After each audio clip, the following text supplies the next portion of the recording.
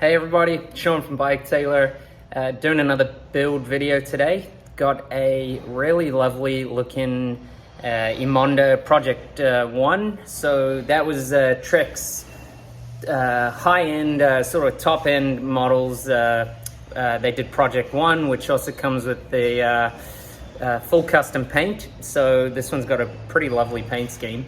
It's not the most current Emonda, but it's a disc brake model with, we're going to be building it up with hydraulics. So it's Ultegra 8020, so that's the mechanical drivetrain with the hydraulic disc brakes. So what I'll do is I'll take us across now, have a look at the frame, and then sort of talk you through a little bit about the build. So here she is. It's the, as I said, it's the Emonda SLR, which was their top of the range, or is their top of the range frame. So it's crazy light, this bike. I was a little bit surprised when I picked it up at how light it is. And then Project 1 is the paint. So this is just a really beautiful light blue. So yeah, from here, let's just go through a little bit what I've done already. I've just done a couple small things. So bottom bracket, we removed the bearings that were in the frame and put a new set in. So removed them, pressed them in using Loctite 609 just to make sure that they seat in there and hopefully don't move around and make any noises going down in the future. So that's all done. And then at the front end, I've just put the forks in. So just greased up the bearing seats, the bearings, and we've slid the fork in. I haven't done any adjustments or anything, but that's in. Straight away with the different stem, you can see that's the top of the fork there. So probably we're gonna have to put a slightly bigger spacer in there so that we can actually get some compression there. He's provided this really pretty cool custom titanium cap. It's a Hamburglar. So we'll have to change that to a slightly bigger one. And then, yeah, let's look at the other stuff. So we've got these Bontrager wheels. Really nice, not crazy deep. Should be good for climbing. And then we got a box full of stuff. So I'll start pulling things out. And as we go through the build, we'll just talk about it and what we're doing. So one of the things when you're buying a second-hand bike, there's a lot of little things you got to look out for. I think overall this guy's done really well, and the bike looks like it's in great condition, and it seems to have all the parts necessary. But one thing I did notice was the hanger was just sitting like that with one screw.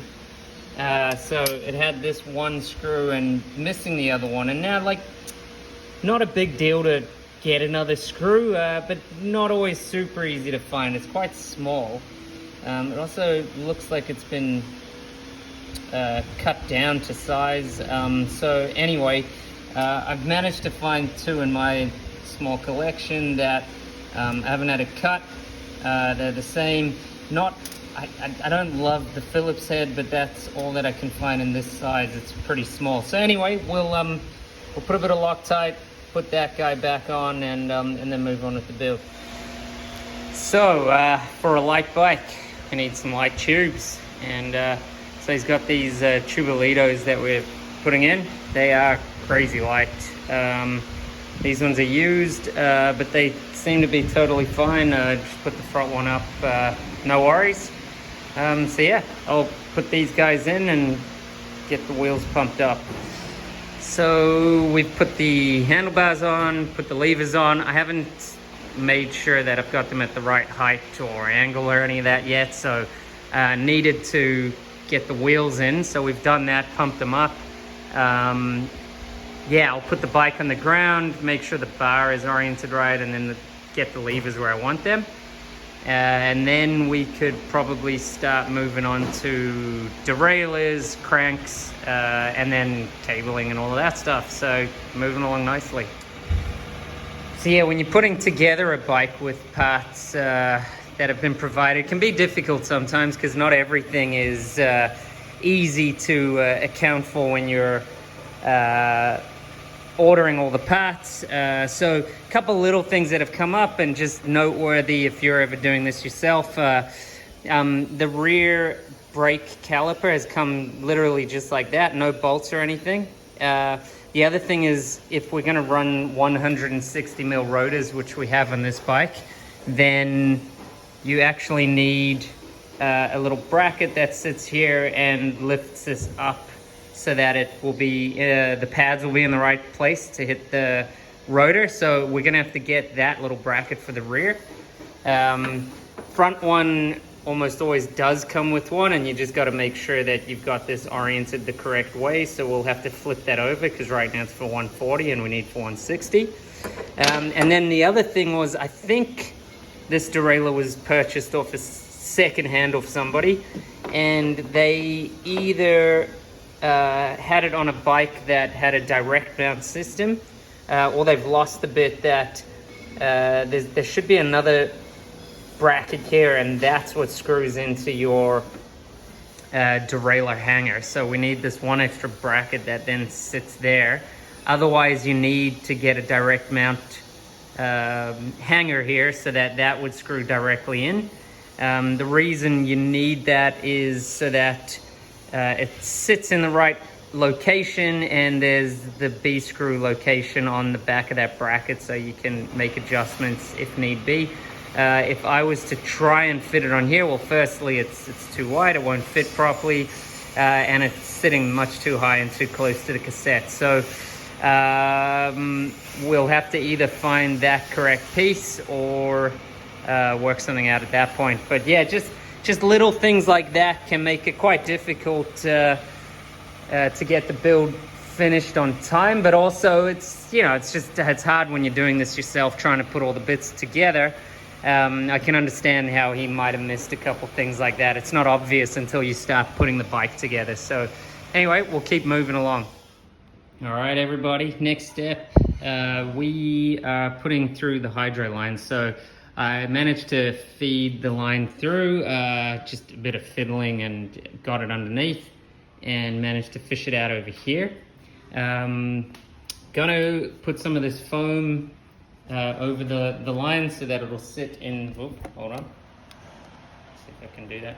Anyway, it'll sit inside there, and so that if this is moving around and rattling, this stops that rattle. So I'll feed this over now and into the down tube, and then I will connect up the hydro. So for this build, I'm thinking about routing it this way for the rear brake. That way, when you're just going straight and all of that, it sits out like that and doesn't rub on the head tube. Whereas if we run it the other way, it's always rubbing on the paint, and it's just the way I've started doing it like that. So I'll probably do the same with the gear cable as well. I'll run it around that way. I'll try and run it in line with this so that it sits out and looks good, and doesn't rub on the head tube. And then I'll route this one the other way. The front hydro line is just external in this bike, which is a bit easier. So yeah, let me connect up the hydro lines. I'm also going to, just thinking about it now, I'm also going to, just to keep things neat, I'm going to get some electric heat shrink. So this stuff, I'll put it over this, and then we'll be able to heat shrink together the hydro and the gear lines, just to keep that looking nice and neat. So we'll do that, and then I'll come back once I've already connected the hydro lines and the calipers and all of that, just because it's a bit hard to do that on camera, and not something you guys necessarily need to see. So I'll do all of that, and then we'll come back. So I think I just mentioned a few bits that were missing from the stuff supplied that we needed. Was this little plate for the rear, so that's so that we can run a 160 rotor, rather than if we mounted it just direct, it would be for a 140 rotor. So we've got that little plate that I'll fix on now. And then the other piece that we were missing was for the derailleur. As it's set up now, I've actually got another bike. See, on this bike, that's a direct mount, so you don't need that little link in there. It just goes straight on, and that's what's happening here. So we missing that little part, which we now have managed to get a hold of. Where is it? It is that there. So we managed to get that link so that we can run the rear derailleur now. So just updating on those little bits. So here's where we're at. Run the hydro line like we said before with that foam in there. I've put this on, which I will heat shrink in a second, so that'll look pretty nice and neat once it's all taped up. And then we've put the front one in and the rear cable, which is going through. Wasn't too difficult to get that all through. There's the front derailleur, rear derailleur. So I will put the cranks in now so that I can adjust the front derailleur properly. A lot of people actually forget to put a little backing plate here, so that this little, I don't know if you can see, there's a 2mm screw there that goes through and onto the back here, and it just stabilizes the derailleur, but it also helps you with the adjusting the yaw of the derailleur. So I will put the cranks in so that I know how high this is going to be, and then I can put the backing plate where it needs to be just to protect the paint, and then we can use that for getting that derailleur. So I'll put the cranks in, backing plate, set the derailleur up, pull the cable through tight, and then we can start looking at heat shrinking and putting hydro and all of that in. So let's get that stuff done now. So we got this little plate that we're going to put at the back of the derailleur. So, whoop, there it is. It's not focusing. Anyway, it's got that little sticky pad. So what you got to do is get it at the back here. So let me just show you what I've done, because it's not that simple. So I've put the cranks in. I've lined up the derailleur to have about like somewhere around 1 to 3mm gap between the plate and the top tooth. Got it relatively parallel, and then you can see, you can see that screw back there. That's the one that's going to contact with the plate on the frame. So then how do you get the plate in there? You can't do it right now. So what I've done is just put a little bit of masking tape, marked roughly the height of the screw, and then I can just see from looking over here. Oh man, sorry, the zoom is terrible. I can just see that it's just on the edge of where the seat tube is. So I'll take the derailleur off, put the plate on, and then I can put this back on and screw it in. So you can just see there now where that plate is, and you can actually see the screw contacting. And what that does, like I said, it just stabilizes the derailleur for better shifts, and also by screwing it in, you can actually yaw the whole derailleur out. So when you initially actually tighten it up, you tighten it up angled in a little bit, and then as you screw that, it just brings that nice and parallel with the chainring. So that's what it looks like now. So just put a bit of heat gun, and we've got the rear brake and the front derailleur line looking smooth through the front, and then we've got the rear derailleur there and front brake.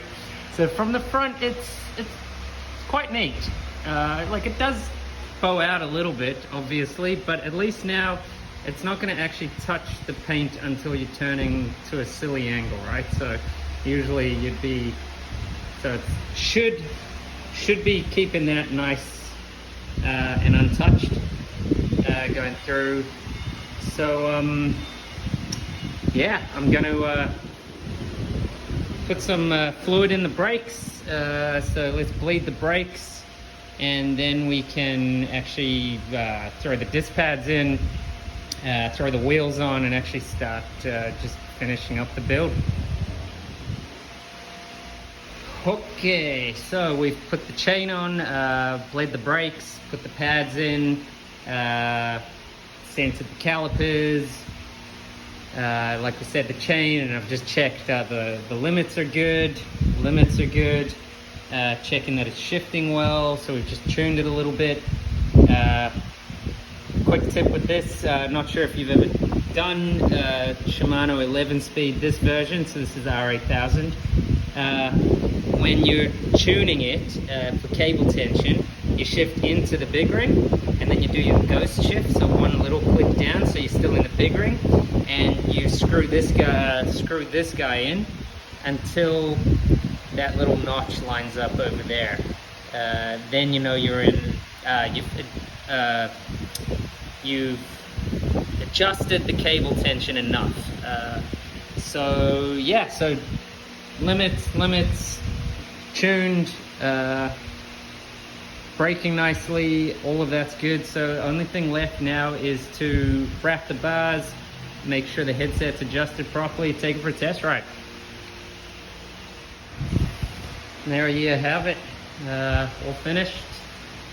Adjusted the headset, wrapped the bars, and it looks pretty good, pretty neat. Pretty neat from above as well. Maybe left this a bit long, but we can always change that down the line. It's pretty good, and yeah, I think overall the bike's just come out really nicely.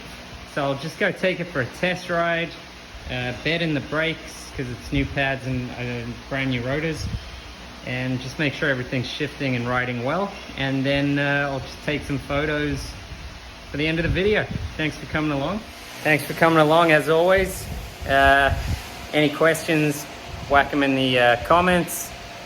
But yeah, I think it was all relatively straightforward. Probably biggest learning from this one is just it's just never that easy putting together a bike with parts that you're picking off the rack, and that especially some of the parts are secondhand. So finding all those things, and you know, it's often just comes up once the build starts. But overall, it went together really smoothly. The bike looks great, and it's crazy light, so I think he's going to be very happy with the build. Thanks for coming along. See you next time.